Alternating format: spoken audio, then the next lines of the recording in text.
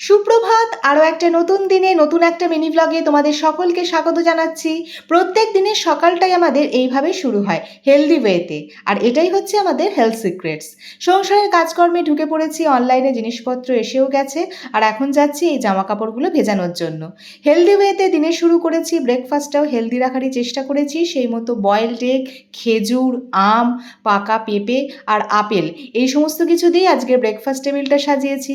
তো চলো এখন ঝটপট করে আজকের ব্রেকফাস্টটা সেরে নিই। সংসারে কাজকর্ম তো চলছে, আর অনলাইনে এই মাছগুলো অর্ডার করেছিলাম, মাছগুলো বেশ ফ্রেশই রয়েছে।